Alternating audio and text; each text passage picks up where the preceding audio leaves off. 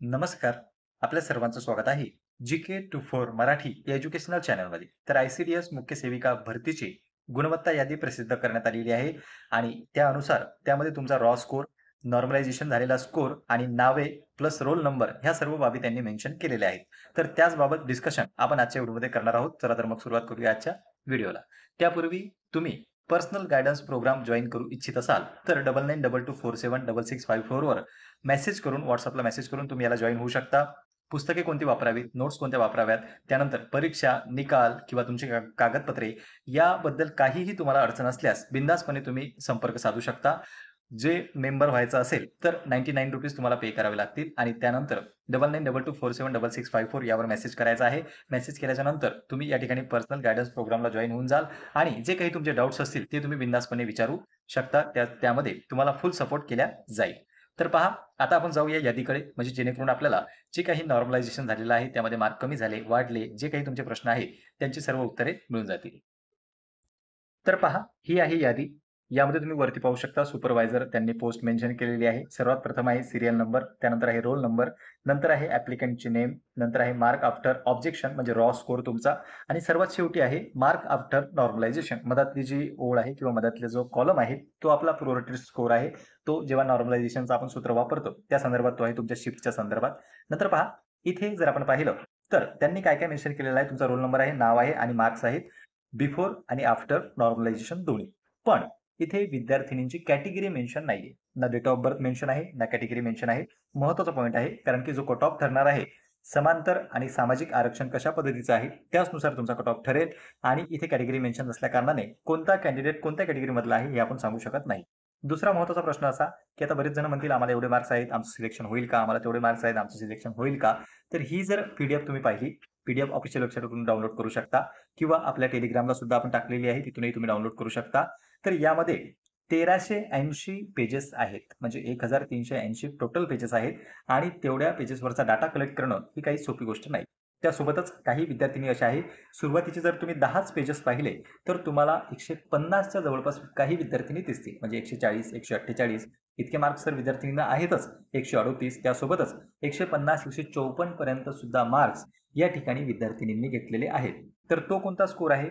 हा जो नॉर्मलायझेशन झालेला स्कोर आहे, तोच तुमचा अंतिम निवडीसाठी विचारात धरला जाईल. बऱ्याच विद्यार्थिनींनी प्रश्न देखील केले होते. जेव्हा ही यादी आली, त्या संदर्भात आपण व्हिडिओ तयार केला होता आणि तुमचे प्रश्न देखील आले होते, की कोणते मार्क्स फायनल धरल्या जातील. तर हा जो शेवटचा कॉलम आहे, लास्ट कॉलम, या ठिकाणी हेच मार्क तुमचे ग्राह्य धरले जाणार आहे. हा आहे तुमचा रॉ स्कोर आणि हा आहे आफ्टर नॉर्मलायझेशन स्कोर. म्हणून जो लास्ट कॉलम आहे, तो या ठिकाणी निवडीसाठी विचारात घेतला जाईल आणि तो तुमचा फायनल स्कोर आहे आफ्टर नॉर्मलायझेशनचा आणि त्याद्वारेच तुमची निवड ही केल्या जाईल. आता इथे जर आपण मार्क्स पाहिले तर 92 होते, 108 झालेले आहेत, 53 होते, 67 झालेले आहेत, 65 होते, 75 झालेले आहेत, 140 होते, इथे 5च वाढले, 109 होते, इथेही 5चा फरक आपल्याला दिसतोय. त्यानंतर जर पुढील माहिती तुम्ही पाहिली तर 50चे 65 झाले, 41चे 56 सुद्धा झालेले आहेत. म्हणजे 41हून सरळ 56 या ठिकाणी 15 मार्क्स वाढलेले आहेत. तर काही विद्यार्थिनींचे 5, 10, 15, 20 मार्कांपर्यंतची वाढ इथे झालेली आपल्याला दिसते आणि काही ठिकाणी मार्क्स कमी सुद्धा झालेले आहेत. असं नाही की नॉर्मलायझेशनने फक्त मार्क्स वाढलेच, मार्क्स आपल्याला कमी होताना सुद्धा दिसत आहेत. सुरुवातीला जर आपण पाहिलं तर काही विद्यार्थिनी असे आहेत की आमचे मार्क्स कमी झाले, आमचे मार्क्स कमी झाले. इथे पहा, इथेच तुम्हाला दिसून जाईल या ठिकाणी. पाहू शकता तुम्ही. इथे 75 आहेत. रॉ स्कोर आहे 75 आणि नंतर झालेला आहे 71. इथे सरळ-सरळ बदल तुमच्या डोळ्यासमोर आहे. तुम्ही पाहू शकता, की रॉ स्कोर होता 75 आणि आफ्टर नॉर्मलायझेशन झालेलं आहे 71. म्हणजे 4 मार्क्स कमी झालेले आहेत. तर नॉर्मलायझेशनने काय होतं, तुमचे मार्क्स वाढतातही आणि कमीही होतात. या 2 बाबी आहेत. काही विद्यार्थिनींचे मार्क्स वाढलेले आहेत, काही विद्यार्थिनींचे मार्क्स इथे कमी सुद्धा झालेले आहेत. आणि जो काही निवडीसाठी विचार केला जाणार आहे, तो केला जाणार आहे आफ्टर नॉर्मलायझेशनचा. सुरुवातीलाच मी सांगितलं होतं, की तुमची परीक्षा ही विविध शिफ्टमध्ये पार पडल्या कारणाने या ठिकाणी जे नॉर्मलायझेशन आहे किंवा समानीकरण आहे ते सर्व विद्यार्थिनींना बंधनकारक आहे किंवा परीक्षार्थींना बंधनकारक राहणार आहे आणि ते झाल्याच्या नंतरच तुमची फायनल मेरिट लिस्ट लागणार आहे किंवा लिस्ट लागेल. आता इथून पुढे प्रोसेस काय असेल तेही आपण थोडक्यात पाहूया. तर अगोदर लागली होती तुमची फर्स्ट आन्सर की, त्यानंतर लागली होती सेकंड रिस्पॉन्स शीट. काही विद्यार्थ्यांनी सेकंड रिस्पॉन्स शीट पाहिलीच नाही. सेकंड रिस्पॉन्स शीट जी होती तो स्कोर तुमचा हा रॉ स्कोर आहे. जी पहिली आन्सर की लागली होती ती तर होतीच, पण त्यावर जे ऑब्जेक्शन घेतलेले होते कारण की त्यामध्ये काही चुका आपल्याला आढळून आल्या होत्या आणि विद्यार्थिनींनी आक्षेप सुद्धा घेतले होते. तर तिथे जो काही बदल करण्यात आला फर्स्ट रिस्पॉन्स शीटमध्ये, नंतर सुधारित उत्तर तालिका जाहीर करण्यात आली होती आणि जी सुधारित उत्तर तालिका आली होती त्यानुसारच या पहिल्या कॉलममध्ये तुमचा स्कोर आहे, ज्याला आपण रॉ स्कोर असं म्हणतो. हा जो आहे हा सुधारित उत्तर तालिकेनुसार असलेला तुमचा स्कोर आहे. नंतर इथे जर आपण पाहिलं तर हा जो आहे तो तुमचा नॉर्मलायझेशन झालेला स्कोर आहे. म्हणूनच सुरुवाती सेकंड रिस्पॉन्स शीट लागली होती. त्यानंतर सध्या लागलेली आहे आता ही मेरिट लिस्ट. तर ही आहे गुणवत्ता यादी. गुणवत्ता यादीमध्ये तुमचं नाव आलं म्हणजे तुमचं सिलेक्शन झालं असं नाही.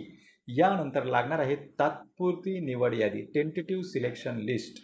तात्पुरती निवड यादी लागणार आहे आणि ती कशाच्या बेसिसवर लागेल तर एकूण जागा किती आहेत, कॅटेगरी वाईज जागांची विभागणी कशी आहे, समांतर आरक्षण म्हणजे त्यामध्ये जर आपण पाहिलं खेळाडू असो, प्रकल्पग्रस्त असो, भूकंपग्रस्त असो, तर या सर्व कॅटेगरीचा जागेचा विचार करून त्या ठिकाणी टेंटेटिव्ह सिलेक्शन लिस्ट जाहीर करण्यात येईल आणि ज्या ज्या विद्यार्थिनींची नावे टेंटेटिव्ह सिलेक्शन लिस्टमध्ये राहतील त्यांना DV बोलावण्यात येईल. म्हणजे आता पुढचा टप्पा जर आपण पाहायला गेलो, तुम्हाला जर वाटत असेल तुमचं सिलेक्शन होऊ शकते, तर पुढचा टप्पा आहे तो म्हणजे DVचा जो टप्पा आहे तो सुद्धा अत्यंत महत्त्वाचा आहे. त्यामध्ये तुमची कागदपत्रे ही व्यवस्थित असणं गरजेचं आहे, ज्याबाबत ऑलरेडी त्यांनी सांगितलेलं आहे. तर इथे पहा, सध्या लिस्ट आलेली आहे मेरिट लिस्ट. यानंतर लागणार आहे टेंटेटिव्ह सिलेक्शन लिस्ट म्हणजे अजून एक यादी तुम्हाला दिसेल. ती असणार आहे कॅटेगरी वाईज आणि समांतर आरक्षणावाईज. नंतर या लिस्टमध्ये ज्यांची नावे असतील त्यांना बोलावलं जाणार आहे डॉक्युमेंट व्हेरिफिकेशनसाठी आणि डॉक्युमेंट व्हेरिफिकेशन झाल्याच्या नंतर लागणार आहे फायनल सिलेक्शन लिस्ट. म्हणजे अजून या ठिकाणी जी आहे ती प्रोसेस बाकी आहे. तात्पुरती निवड यादी, टेंटेटिव्ह सिलेक्शन लिस्ट येईल, त्यानंतर होणार आहे तुमचं डॉक्युमेंट व्हेरिफिकेशन आणि नंतर लागणार आहे फायनल रिझल्ट आणि तो असणार आहे तुमचा फायनल निकाल. तर पहा, अशा पद्धतीची प्रोसेस आहे. यामध्ये जर आपण महत्त्वाचा पॉईंट पाहिला तर महत्त्वाचा पॉईंट आहे म्हणजे 45% अट.